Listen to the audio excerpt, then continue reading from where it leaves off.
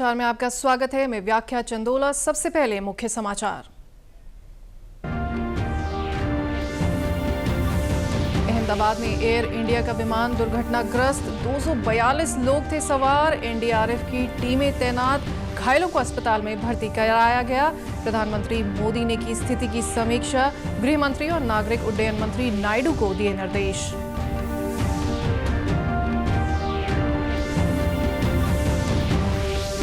उत्तराखंड के कई जिलों में येलो अलर्ट जारी, पिथौरागढ़, बागेश्वर, चमोली, उत्तरकाशी और रुद्रप्रयाग में तेज बारिश की संभावना।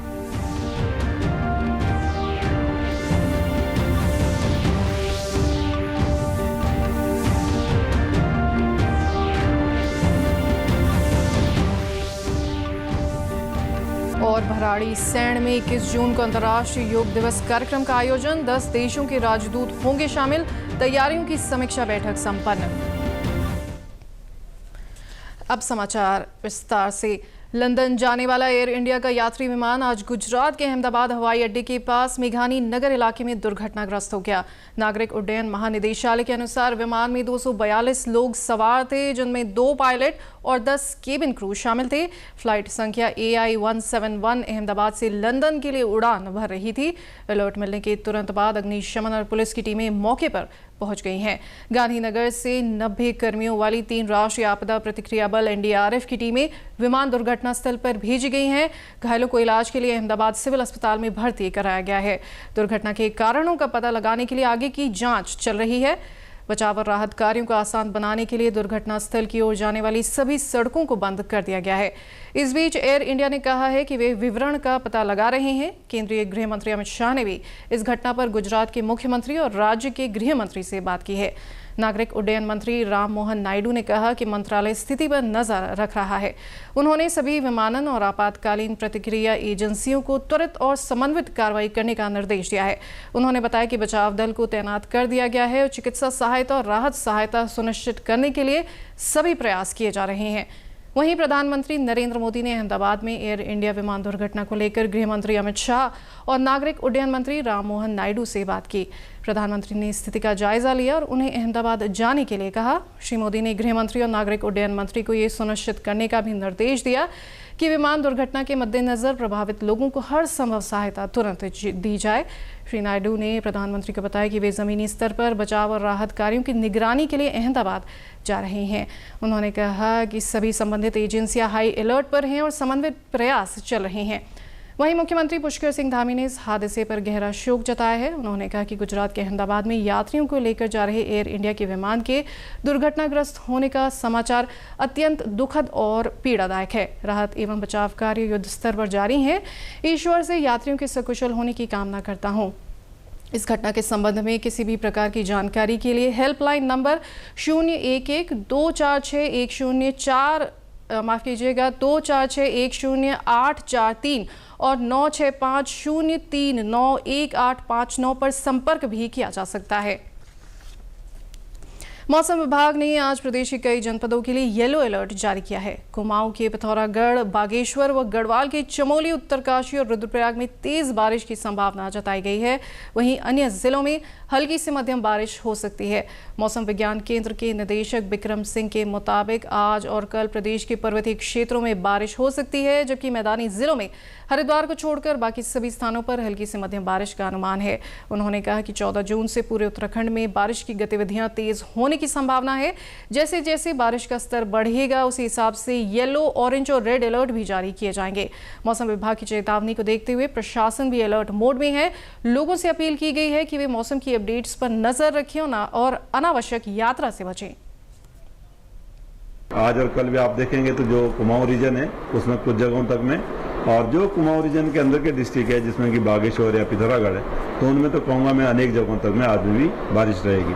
इसके साथ साथ चमोली, रुद्रप्रयाग या उत्तरकाशी का भी देखेंगे तो उसमें भी कुछ जगहों तक में हल्की से मध्यम बारिश आज और कल वो रहने वाली है।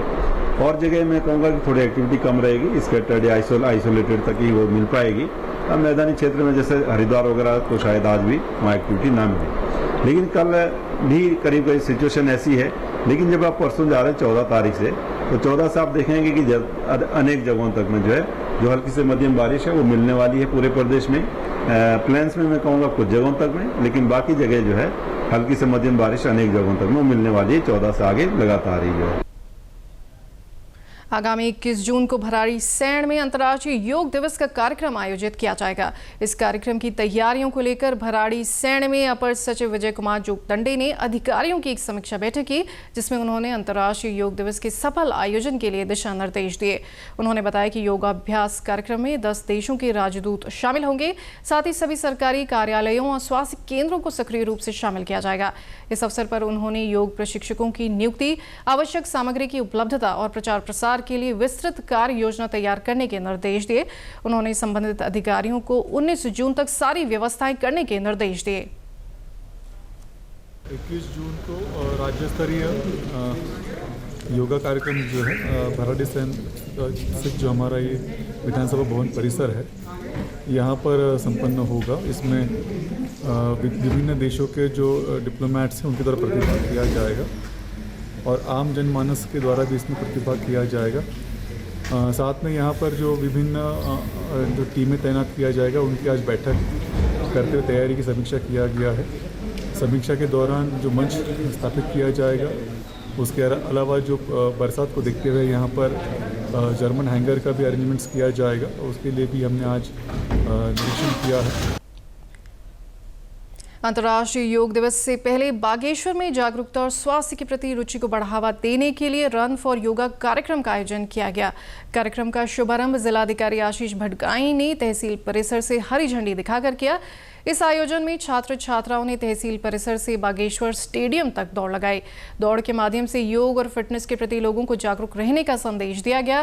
कार्यक्रम में संबंधित विभागों के अधिकारी, शिक्षक, गणमान्य अतिथि और आमजन मौजूद रहे। वहीं इस अवसर पर जिलाधिकारी आशीष भटगाई ने कहा कि योग भारतीय संस्कृति की अमूल्य धरोहर है और इसे जन जन तक पहुंचाने के लिए इस तरह के आयोजन आवश्यक हैं। आने वाले दिनों में भी काफ़ी अन्य कार्यक्रम भी योग मेला भी यहाँ पर प्रस्तावित किया गया है। ऑनलाइन योग शिविर भी लगातार लग रहे हैं।